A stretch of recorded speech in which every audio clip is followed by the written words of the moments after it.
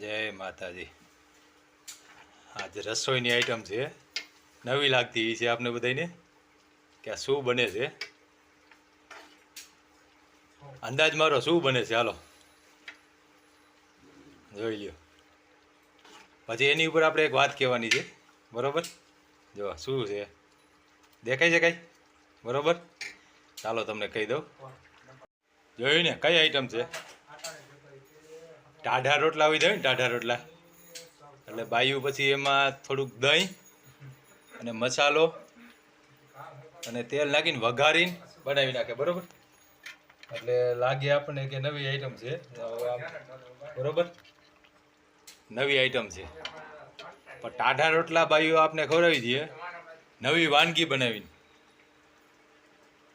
અને અમુક વસ્તુ છે એ આપણે ટાઢી ટાઢી જ ખાતા હોય, પણ બાયું ખવડાવી દઈએ કે ટાઢા રોટલા નવી વાનગી બનાવીને ખવડાવી દઈએ એમ।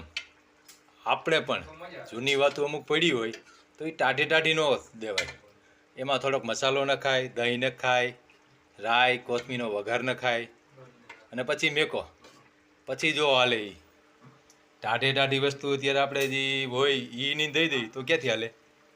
એમ અમુક પોસ્ટ કે જે આપણે માની લ્યો ગમે તેની વાદ વિવાદની હોય એ જૂની હોય એવીથી જ મેકી દઈ, એવીથી ન હાલે।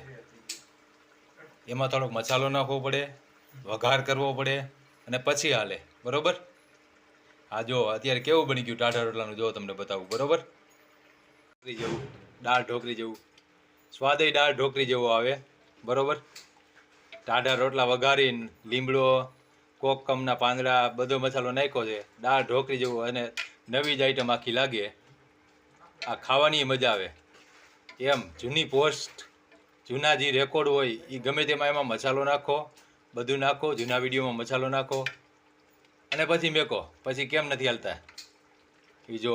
જય માતાજી।